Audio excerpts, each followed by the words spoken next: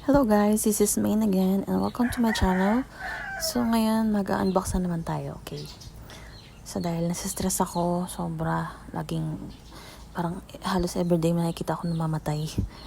Kasi nga yung weather ngayon sa amin hindi maganda. So walang hangin, sobrang init sa tanghali at sa gabi. Grabe. Kaya ngayon, napa-order na naman ako. Last week lang to. Tapos after a week dumating din siya. Kay Miss Tiny rin ata itong... Tama ba? Oh, kay Miss Tiny nga. So, ito ang kanyang freebie sa akin. Isang, ano ba tawag dyan guys? So, hindi ako familiar sa mga to. Pero nakikita na ko. So, baka keep ko na siya. Pero actually, ito naman ng free. Kinikip ko naman. So, ang ating first, succulents ay, ayan. Si Red Ball Vampire. Si Red Ball Vampire sa Google, ang name niya nakikita ko. Vampire Red Ball, parang baliktad. So, yan siya. Maganda siya sa personal. Dito kasi sa screen, parang ano siya, parang dark. Pero sa actual, sobrang red, parang, hindi ko ano masabi kung burgundy, diba? Yung pinaka-close na pagka-red niya. Pero ang ganda niya sa personal. So, feeling ko, pagka tumagal to at hindi na siya stress, baka, ano lang siya, grayish, parang ganun. Tapos ito naman daw ay si Lawi X Cat's Claw. Yun, kasi pag tinignan mo nga naman yung kanyang dahon ay parang cat's claw yung dulo. Na pointed na parang matulis, diba? So, ganda rin ang ano niya. Powdery din siya. So, siguro matibay rin to sa summer. Yan.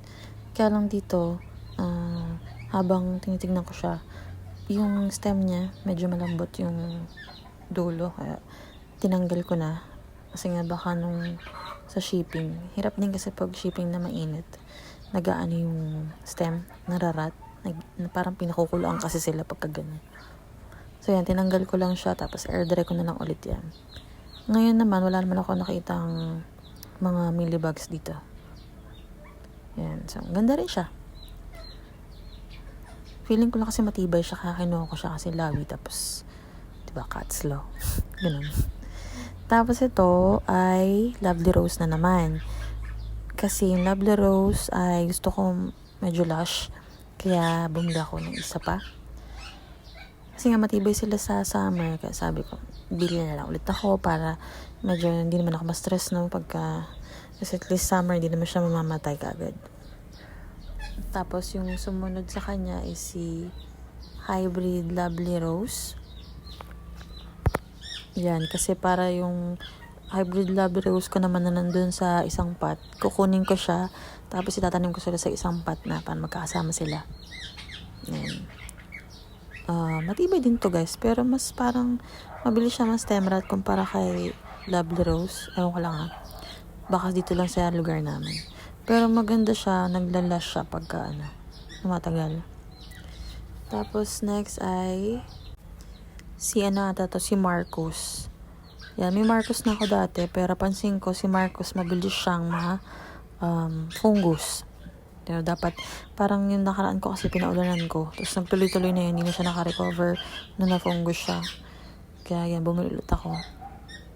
Pero okay din sana to. Maganda rin to pag na-stress na mumula. Sayang ngayon Marcos ko kasi hindi ko pa siya kilala noon eh. Kaya ngayon, mag-iingat na ako, hindi siya maulanan. Tapos next naman, yan, si Durlo. Yan, si Durlo din, matibay din to guys. Kaya lang yung Durlo ko na nandito kasi parang lumiit siya dahil na yung pinaka soil mix niya, halos konti na lang yung soil na natitira. Puro na lang. Pumice, so yan. Bumili ulit ako. Maganda to pagka mga bare months, mamumula-mula siya. Yan, tapos, matibay din siya guys. Maganda siya pag na-stress. Mararecommend ko na siya sa mga baguhan kasi hindi siya ganun kabilis marat. I mean, hindi talaga siya narat kasi nandun yung bago ko, ay yung isang pot ko. Yun, hanggang ngayon buhay pa rin siya. Kaso lumiit siya kasi nga kulang na sa nutrients. Tsaka medyo mature na. Yun, pero yan, mararecommend ko yun si Durlo kung gusto niyo nung matitibay talaga. And then next to si Luella. Medyo malaki na to kasi meron akong isang Luella. Maliit. Nakalimutan ko, parang freebie lang ata yun. So, bumili ako ng medyo malaki-laki. Yan, mura rin to, 100 lang din ata. Yan, ganyan na siya kalaki. Blush na siya. Tapos crested na rin siya. Yan. Gusto ko ng Luella kasi ngayon dati hindi ko siya gusto. Pero ngayon gusto ko na siya. And then, ito next, si Harawan's Gold. So, para lang di siya si hybrid Lovely Rose. Kasi gusto ko malaman kung may pagkakaiba. Pero, halos wala naman. Tignan natin kapag nagtagal na sila dito. Kung tatagal nga sana, no? Sana tumagal sila. Pero ito, para mahilig din ito sa araw. At, yun nga, parang si Lovely Rose lang din. So, tignan natin kung pag tagal-tagal mag-lash siya. Sana tumagal sila. Ang ganda rin ng pagka-color niya. Wala silang pinagkaiba ng hybrid Lovely Rose kung sa pagiging stress na kulay ang pag-usapan. So, check ko lang yung stem niya. Okay naman. Mahaba na nga itong mga nakuha ko, yung mga stem nila. Hindi naman mature, pero mahaba yung stem, tapos makakapal.